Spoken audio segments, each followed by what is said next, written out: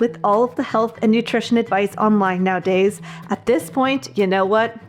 I am just never eating ever again, because red meat will give you cancer, vegetables will give you leaky gut, fish is going to cause mercury toxicity, fruit will give you fatty liver disease, grains cause dementia, eggs will give you high cholesterol, nuts will make you fat, butter's gonna clog your arteries, coffee will tax your adrenals, and beans will give you stinky gas.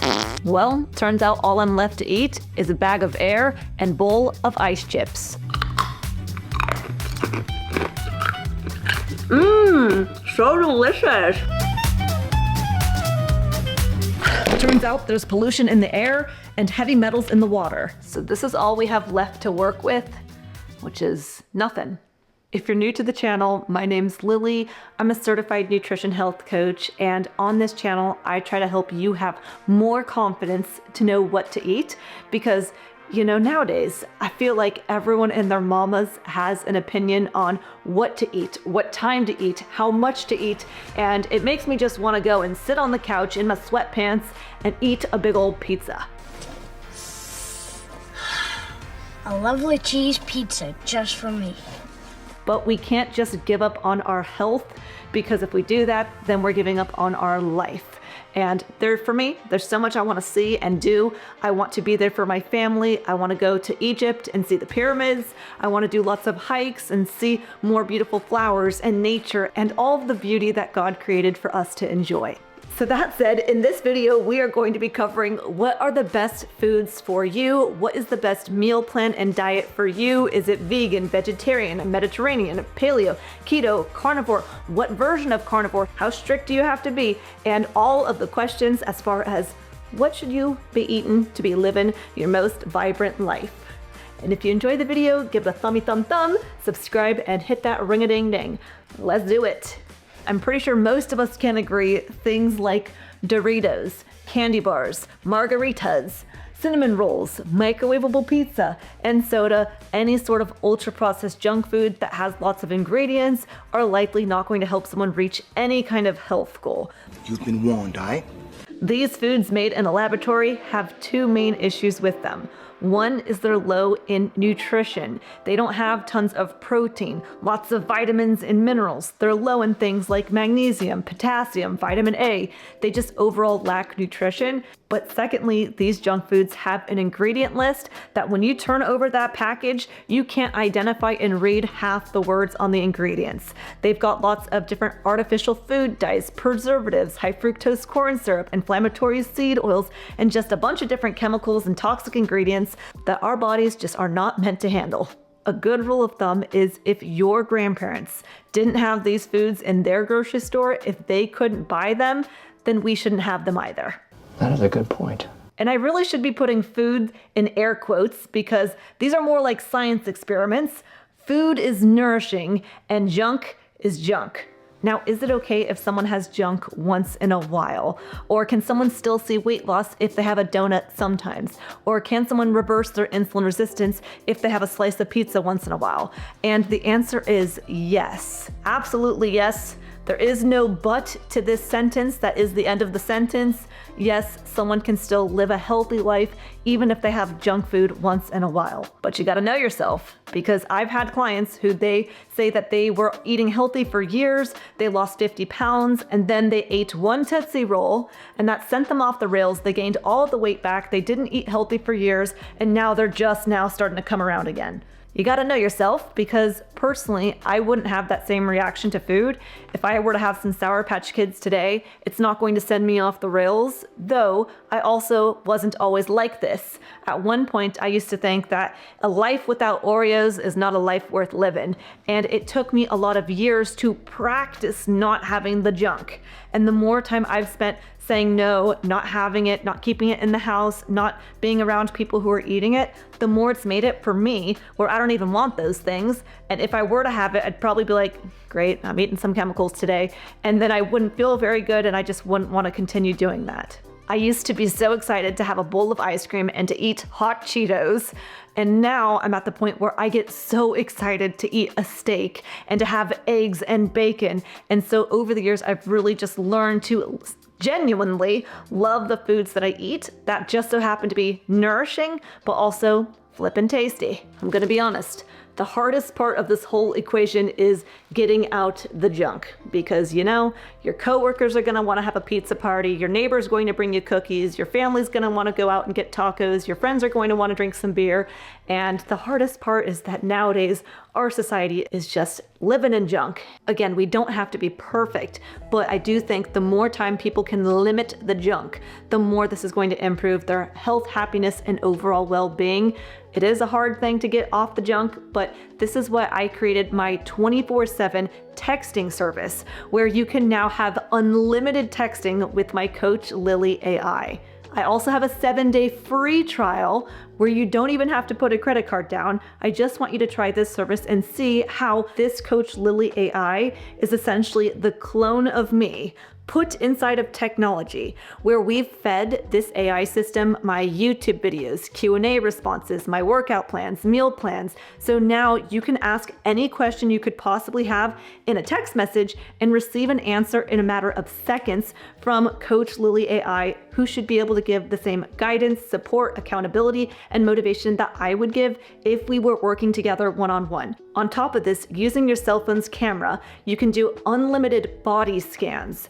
And these body scans can tell you your lean mass, metabolic rate, your body fat percentage, and so much more. So this technology is going to be catered towards you. It should help you reach your goals faster, because now you have something 24/7 available to help you in times of need, in times of desperation, in times of just wanting somebody to talk to and lean on. Again, you can do a 7-day free trial, do the body scans, ask questions, get meal plans, and you can find a link to that in the video description. Now, if we're avoiding or limiting the amount of junk we're having, then what are we left to eat? And that is called real foods. We've got main categories being meat, eggs, fish, seafood, dairy, fruit, vegetables, nuts, legumes, and grains, all of which are real foods that we can go and find out in nature. That said, let's first talk about grains. Don't be looking in my closet. Okay. I broke down grains into bread, pasta, rice, and oats, since these are the most common forms of grains that people consume daily. And let's just talk about if you live in the US. I would dare you to take your bread and turn it over and read the ingredients list, because to me, bread in the US is junk, okay? Again, I will repeat it. Bread in the US is junk, because you can't identify and read half the words on the ingredients. Our grandparents would not have been able to buy this in their grocery stores, and it's low in nutrition. Now, yes, there are vitamins and minerals listed on this package because they have added synthetic, man-made vitamins and minerals inside of the bread, just like how I am somebody who, for all of my life, wanted synthetic breast implants. That means fake boobs, okay? So to me, US bread is the equivalent of fake boobs. It has synthetic, made in the laboratory, vitamins and minerals added inside of it. Hey, a lot of people like fake boobs, and therefore I'm not surprised a lot of people like fake bread. In the US, a lot of grains have pesticides, meaning things sprayed on them to kill bugs. And if they're killing bugs, what does that mean it's doing to us? A lot of grains in the US have different additives, fillers, ingredients, chemicals, and things, where in Europe, in other countries, they are fermenting the grains. There's more nutrition intact, whereas in the US, we strip a lot of the nutrition out of these grains. So I'm not saying people should avoid them. I'm just saying if you are going to have them, I would look for a fermented, organic, more traditional way that the grains would have been eaten in the past, versus, again, a lot of grains in the US I would classify as junk. I'd say rice is probably the easier grain to find in the grocery stores. That is just rice and organic. So let me just say, okay, there is not a singular food that people need to eat to be healthy. You don't need to eat eggs to be healthy. You don't need to eat salmon to be healthy. And likewise, you don't need to eat grains. So it's kind of a personal preference if you have them. Do you have digestive issues? Do you have worse skin? Do you have more mental health issues? So how does it impact you? Personally, I don't do a ton of grains. I just prioritize other calories first. Actually, hey, here I've got a plate and I only can fit so much food on it before I am stuffed. So therefore, I want to put foods on this plate in a very strategic order. First, I want to put protein on my plate because protein is so critical for our hair, skin, nails, bones, immune system. Protein is so critical for our life and our survival, and therefore I would first put that protein on the plate. I also created a protein cheat sheet for you guys. It's free. I'll send you an email with it. If you want to drop your email in the link in the description, then on Saturday, you'll get access to that free protein cheat sheet, and it will tell you exactly how much protein to be shooting for to help you on your health journey. Now, that said, we've got animal proteins, which are going to be all the proteins here in the pink and red. So our meat, eggs, fish, seafood, and dairy are our animal proteins. And then we've got plant proteins over here coming from the fruits, vegetables, nuts, legumes, and grains. Now that said, with our animal proteins, they are considered complete proteins because they contain all of the essential amino acids that our body needs and cannot make. Animal proteins are also more bioavailable and absorbable, meaning we can extract the nutrition out of them more so from the animals versus the plants. The plant proteins are considered incomplete proteins, meaning they are missing one or more of the essential amino acids that our body needs and cannot make. So for me, I would first prioritize getting in the animal proteins, and then if someone wanted some of the extra bonus from the plants, then that's how I would structure my approach to eating. Now, that said, some people, they want to eat a vegan diet. Now, we have 7 billion people on this planet, and therefore I'm sure there's gotta be somebody who can thrive and do well on a vegan diet. But again, it's gonna be much harder to get in quality protein, and someone's gonna have to be very strategic about their supplementation, how they structure their meals, and it's just gonna be a little bit more complex and harder to extract the, true nutrition that humans need. I think that a vegetarian diet would be a step in a better direction because at least with vegetarians, most tend to have some sort of eggs, dairy, salmon, shrimp, maybe they'll have some sort of seafood. And so therefore it's gonna be easier for a vegetarian to get the protein and other nutrients that we just can't get from plant foods. A Mediterranean diet is going to have protein, a paleo diet is going to have protein, a keto diet is going to have protein, and a carnivore diet is going to be much easier to get protein in. And so I tend to just say start with putting protein on the plate. Honestly, half of my plate being some sort of protein. It can be a combination of chicken and cheese. It can be just half pork chop. It can be half my plate of ground beef. Half of my plate, I want to have protein. Then we have half a plate to kind of mix and match. We can do more of the goods, hey, okay, I love me some of this stuff over here, but people can also still do some sort of combination of fruits and veggies if it works for them. So for example, some people, if they have tomatoes, their skin and their throat gets itchy, okay, then don't have tomatoes. Other people, maybe they have potatoes and the potatoes help them push it more in the gym and build more muscle, great. Other people, maybe if they have some fruit, the sweet taste of fruit triggers them to want to go and eat other sweet things. And before you know it, that strawberry turned into a whole sleeve of Oreos, in which case I wouldn't have the fruit. Some people, if they have coffee, it helps them have more energy to go and have a productive day. Great, do that. Other people, if they have coffee, it makes them have mental health issues. And so I would think about first, putting protein on the plate, half of it, and then the other half can be a combination of more, or a mixing and matching of these guys. I can argue that more important than quality food is quality sleep. Now, this is a bed, and this isn't any ordinary bed. This is similar to a grass-fed ribeye. There are junk foods out there that can cause harm to our body, and similarly, there are junk beds out there. For example, many mattress companies use polyurethane foams, which can cause harmful off-gassing, and many mattresses have fiberglass as a flame retardant. And I don't want to be eating junk food, and I don't want to be sleeping in a junk bed, and so this is why my husband and I landed on buying a Birch mattress. We have a Birch Luxe mattress. We bought this bed a couple of years ago, and then afterwards, Birch reached out and asked if they could be a video sponsor. So one of the reasons why we chose to buy a Birch mattress is because they use natural materials like organic cotton, organic wool, and other materials that you can find out in nature. It's also incredibly comfortable. I feel like I'm sleeping in a cloud. And again, many people think that if they eat a clean, healthy diet, then that's it, they'll be healthy.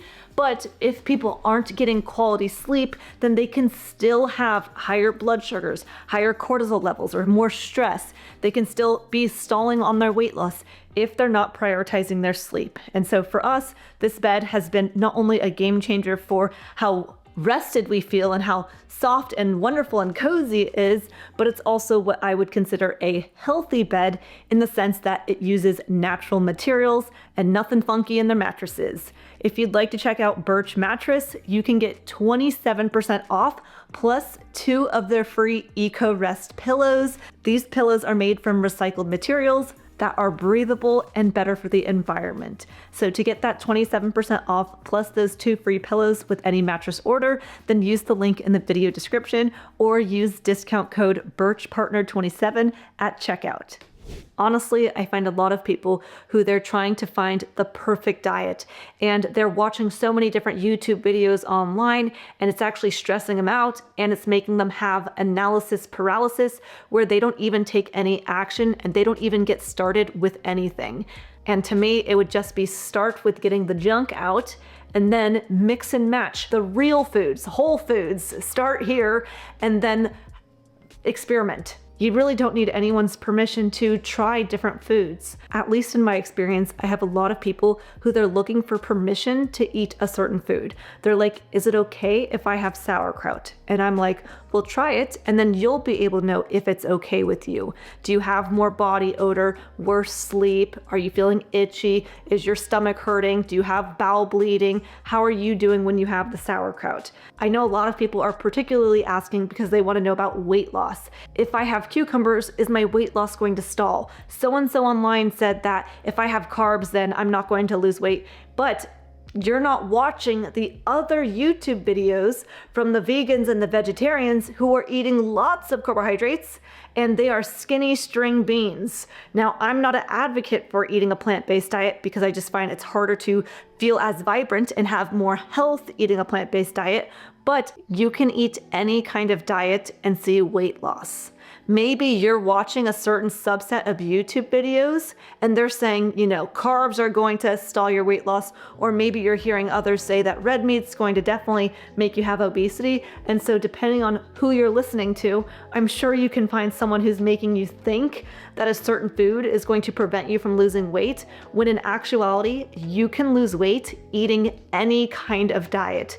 You can eat the Subway diet and lose weight. You can do Weight Watchers, Jenny Craig, LA Fitness. You can do Mediterranean and Paleo. You could eat any diet and see weight loss. You can eat pizzas and brownies and see weight loss. It really at that point comes down to calorie restricting, moving more, your metabolism, things like that. But even though I could see weight loss eating the Subway diet, I don't think I'm gonna feel my best eating the Subway diet. I might have more dandruff, more acne, more period cramps, less energy throughout the day, a sugar crash. So I would find more so what are the foods that make you feel the best, that are tasty, that are enjoyable, and then do that. And if you're overeating, let's say if you're having, 5 cups of heavy cream or something, then maybe it's not that heavy cream causes weight loss stalls, maybe you're just having too much of it. From a weight loss perspective, if I didn't want to overeat, then I would prioritize protein first again, because protein helps satiate. It helps keep us full longer. It helps prevent us from having sugar cravings. So again, I would lean into having more protein. Now with these foods, with the animal foods, high in protein, a lot of them also come with healthy fats. Healthy fats can help us with managing our blood sugars, help us with our hormones, with our brain function. Healthy fats can help us with our energy levels. And so a lot of these animal foods that I would be prioritizing for the protein content also come with healthy fats. So that's also an extra bonus with our animal proteins. So half of my plate would be coming from meat, eggs, fish, seafood, and dairy. And then the other half can be more of this guy, okay? But then also if people wanted to mix and match and see what happens if half your plate's broccoli, what happens if half your plate's potatoes, what happens if half your plate is watermelon, and then see how does your digestion feel? How do you feel after you eat your meal? Do you have energy? Do you want to take a nap? Are you itchy? Are you feeling bloated? Are you feeling energized? Are you feeling really good? Are you pushing it more in your workouts? And so mixing and matching this half, you get a little bit more flexibility on this side. I go way more in depth and in detail as far as figuring out the whole protein part of it in this video here, and I'll link that video in the description as well. If you'd like to talk one-on-one, I do offer one-on-one health coaching, and like I said, I also do have my Coach Lillie AI service, which I will link both of those coaching options in the video description. Have a happy day.